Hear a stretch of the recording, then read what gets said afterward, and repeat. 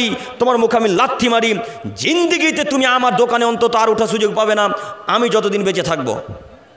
বলতে পারবেন ইনশাল্লাহ? বলতে পারবেন না ইনশাল্লাহ? না বলতে পারবেন না।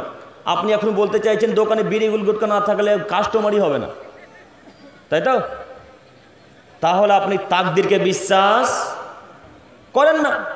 আপনি তাকদীরকে বিশ্বাস করেন না, আপনি বিশ্বাস করেন বিড়ি গুটখার উপরে।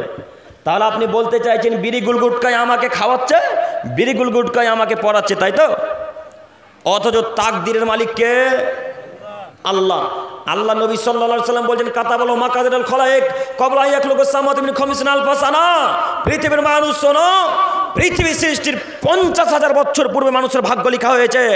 পৃথিবী সৃষ্টির 50,000 বছর পূর্বে মানুষের ভাগ্য লেখা হয়েছে। পৃথিবী যেদিন সৃষ্টি করেনি তার 50,000 বছর পূর্বে আল্লাহ তাআলা ভাগ্য লিখেছেন। অতএব সেই দিন যদি ভাগ্য লেখা থাকে যে বিড়ি গুটখা বিক্রয় না করেও খেতে পাবেন, তো অবশ্যই খেতে পাবেন। আর সেই দিন যদি লেখা থাকে যে বিড়ি গুটখা বিক্রি করলেও খেতে পাবে না, না করলেও খেতে পাবে না, তো জিন্দেগিতে খেতে আর পাবেন না। হাদিস বুখারী মুসলিম। সম্মানিত মুরব্বী সাহেব, আপনাকে আমি অনুরোধ করে বলি, এই যাবতীয় যত জিনিস আছে এই সমস্ত জিনিসকে জ্বালিয়ে পুড়িয়ে ছারখার করে দিতে যেদিন পারবেন সেদিন বোঝা যাবে আপনার অন্তরে ঈমান কাজ করছে, আপনি জান্নাতে যেতে পারবেন ইনশাল্লাহ। সম্মানিত মুরব্বী সাহেব, আরও একটা কথা বলি, অন্তত যতদিন পৃথিবীর বুকে বেঁচে থাকবেন ততদিন পর্যন্ত জিন্দেগিতে বন্ধন নিতে যাবেন না ইনশাল্লাহ। বন্ধন নিতে যাবেন না। আপনাকে আমি বলি, বন্ধনের পরিণাম হচ্ছে ভিখারি। বন্ধন, লোন বলেন, সুদ বলেন, এর পরিণাম ভিখারি। একদিন ভিক্ষুক হতেই হবে ইনশাল্লাহ। যারা বন্ধনের ব্যবসা করে, যারা সুদের ব্যবসা করে, যারা ওই লোনের ব্যবসা করে, এদেরকে একদিন ভিক্ষুক হতেই হবে। একদিন ভিক্ষুক হতেই হবে, কথাই চূড়ান্ত। কেন? আল্লাহ তাআলা বলছেন ইয়ামহাকুল্লাহু রিবা ওয়া ইউরবিস সাদাকাত। আমি আল্লাহ তাআলা দানকে বাড়িয়ে দিই আর সুদকে সংকুচিত করে দিই, কমিয়ে দিই। এর অর্থ হচ্ছে যারা সুদ খায়, যারা লোন নেয়, যারা বন্ধন দেয় বা বন্ধন নাই, এরা ধ্বংস একদিন হবেই, এদেরকে ভিক্ষুক হতেই হবে। কাজেই আপনাকে আমি অনুরোধ করে বলি, হে আমার প্রিয় দিনী ভাই, হে আমার সম্মানিত মুরব্বী সাহেবগণ, আপনাদের উদ্দেশ্যে জরুরি একটি কথা বলতে চাইছি। কখনো আজকের পর থেকে আর বন্ধন নিব না ইনশাল্লাহ। ইনশাল্লাহ আল্লাহ তুমি কবুল করো। সম্মানিত দিনী ভাই, একটু আমার দিকে তাকান।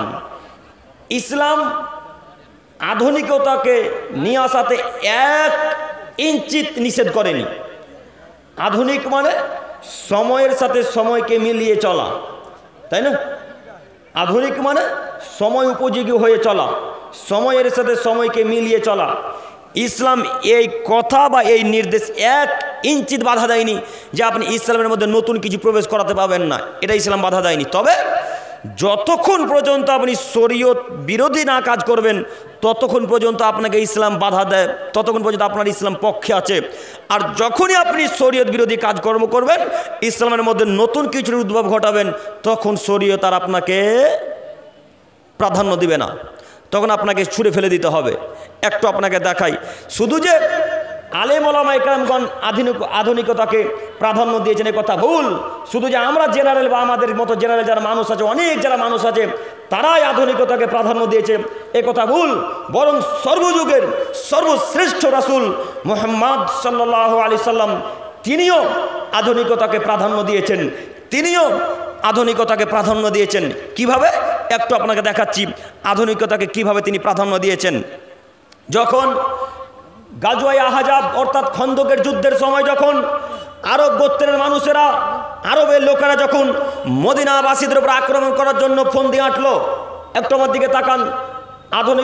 আধুনিকতা আল্লাহ রসুল পছন্দ করতেন কিনা দেখাচ্ছি। আপনারা বিরক্ত হচ্ছেন নাকি? জি, একটু আমার দিকে তাকান। যখন খন্দকের যুদ্ধের সময় আরব গোত্রীয় মানুষেরা মদিনাবাসীদেরকে ধ্বংস করে দেবে, মদিনাবাসীদের উপর অত্যাচার করবে, মদিনাবাসীদের উপর আক্রমণ করবে, এই নিয়ে তারা ফন্দি আঁটছে। তারা কলা কৌশল করছে যে মদিনাবাসীকে কিভাবে ধ্বংস করা যায়, মদিনাবাসীকে কিভাবে মারা যায়, এইভাবে তারা ফন্দি আঁটছে। এই ফন্দি আঁটতে আঁটতে সালমান ফার্সি রাদিয়াল্লাহু তাআলা একজন বিখ্যাত খুব বুদ্ধিমান সাহাবী সালমান ফার্সি রাদিয়াল্লাহু তাআলা একটা কৌশল অবলম্বন বের করলো, যেই কৌশল আরব ভূমিতে এর আগে কখনো কেউ করেনি, যে কলা কৌশল আরব ভূমিতে এর আগে কেউ কোনোদিন কখনো করেনি। ফন্দিটা কি, সে কৌশলটা কি? সালমান ফার্সি বললেন মদিনার চারিপাশে বিশাল বিশাল গর্ত খনন করতে হবে, মদিনার চারিপাশে বিশাল বিশাল গর্ত খনন করতে হবে। এই কথা রাসূলুল্লাহ সাল্লাল্লাহু আলাইহি সাল্লামের কানে পৌঁছালো। তখন রাসূলুল্লাহ সাল্লাল্লাহু আলাইহি সাল্লাম সালমান ফার্সির মতকে প্রাধান্য দিলেন, তার কথাকে গ্রহণ করলেন। তাহলে বোঝা যাচ্ছে আধুনিকতা ইসলামে নিষেধ নয়, ততক্ষণ পর্যন্ত নিষেধ নয় যতক্ষণ পর্যন্ত কোরআন এবং হাদিসের বিপক্ষে না যায়, ততক্ষণ পর্যন্ত নিষেধ করেনি। আর যখনই কোরআন এবং হাদিসের বিপক্ষে চলে যাবে তখনই আধুনিকতাকে নিষেধ করা হয়েছে, হারাম করা হয়েছে। আরও একটা আপনাকে দেখাই প্রমাণ, সালমান ফার্সির কথা। সালমান ফার্সি রাদিয়াল্লাহু তাআলা আনহু তাইফের যুদ্ধের জন্যে অনেক রকমের যন্ত্র তৈরি করেছিলেন, অনেক রকমের অস্ত্র তৈরি করেছিলেন। এই অস্ত্র রাসূলুল্লাহ সাল্লাল্লাহু আলাইহি সাল্লাম নিয়েছিলেন, প্রাধান্য দিয়েছিলেন। তিনি নিজে অস্ত্র তৈরি করেছিলেন। অন্যান্য রেওয়ায়তে পাওয়া যায়, বর্ণনা মতে পাওয়া যায় যে সালমান ফার্সি রাদিয়াল্লাহু তাআলা আনহু নিজেই তিনি অস্ত্র তৈরি করেছিলেন। তিনি অস্ত্র তৈরি করেছিলেন আগ্নেয়াস্ত্র, যা বর্তমান যুগের আগ্নেয়াস্ত্র, যা এখন আমরা দেখতে পাচ্ছি। যুদ্ধ অস্ত্র আপনারা দেখেছেন কিনা বলতে পারি না, একটা আগ্নেয়াস্ত্র জিনিস আছে, ওই আগ্নেয়াস্ত্র এই সালমান ফার্সি রাদিয়াল্লাহু তাআলা আনহু সর্বপ্রথম তিনি তৈরি করেন। আর একটি হচ্ছে পানির ট্যাঙ্ক বা তেলের ট্যাঙ্ক। এই দুইটি সালমান ফার্সি রাদিয়াল্লাহু তাআলা আনহু সর্বপ্রথম তৈরি করেছিলেন। এই দুইটিকে আল্লাহ রাসূল সাল্লাল্লাহু আলাইহি সাল্লাম প্রাধান্য দিলেন। তার মানে বোঝা যাচ্ছে যে ইসলামের মধ্যে আধুনিকতা যদি কেউ নিয়ে আসে আর সেটা যদি ইসলাম কোরআন এবং হাদিসের পক্ষে হয় তাহলে সেটা গ্রহণযোগ্য, আর যদি সেটা কোরআন এবং হাদিসের বাইরে চলে যায় তাহলে সেটা গ্রহণযোগ্য নয়। এবার আপনাকে বলি, ইসলামের মধ্যে এমন কিছু প্রবেশ করাবেন না যেটা আল্লাহ এবং আল্লাহর রসুলের বাইরে। ইসলামের মধ্যে এমন কিছু প্রবেশ করাবেন না যেটা আল্লাহ এবং আল্লাহ রসুলের বাইরে। আপনি বলছেন ইসলাম এখন মডার্ন, ইসলাম এখন আধুনিক, ইসলাম এখন মডার্ন, মহিলারা মডার্ন, মানুষ এখন মডার্ন, মানুষ এখন আধুনিক যুগে বসবাস করছে, তাই ইসলামকেও আধুনিক করতে হবে, ইসলামের মধ্যে নতুন কিছু প্রবেশ করানো লাগবে। একটু আপনাকে এবার বলি, ইসলামের মধ্যে আধুনিকতা নিয়ে আসেন তাতে কোনো যায় আসে না, ইসলামের মধ্যে আধুনিকতা নিয়ে আসেন তাতে কোনো যায় আসে না। তবে সেটা যদি শরীয়ত বিরোধী হয় তাহলে ইসলাম আপনাকে 5 পয়সা কোনো দাম দিবে না, ইসলাম আপনাকে 5 পয়সা কোনো মূল্য দিবে না। তাই আপনাকে অনুরোধ করে বলি, ইসলামে আধুনিকতা যত নিয়ে আসতে পারবে নিয়ে আসেন, তবে সেটা যেন কোরআন এবং হাদিসের বাইরে হয়।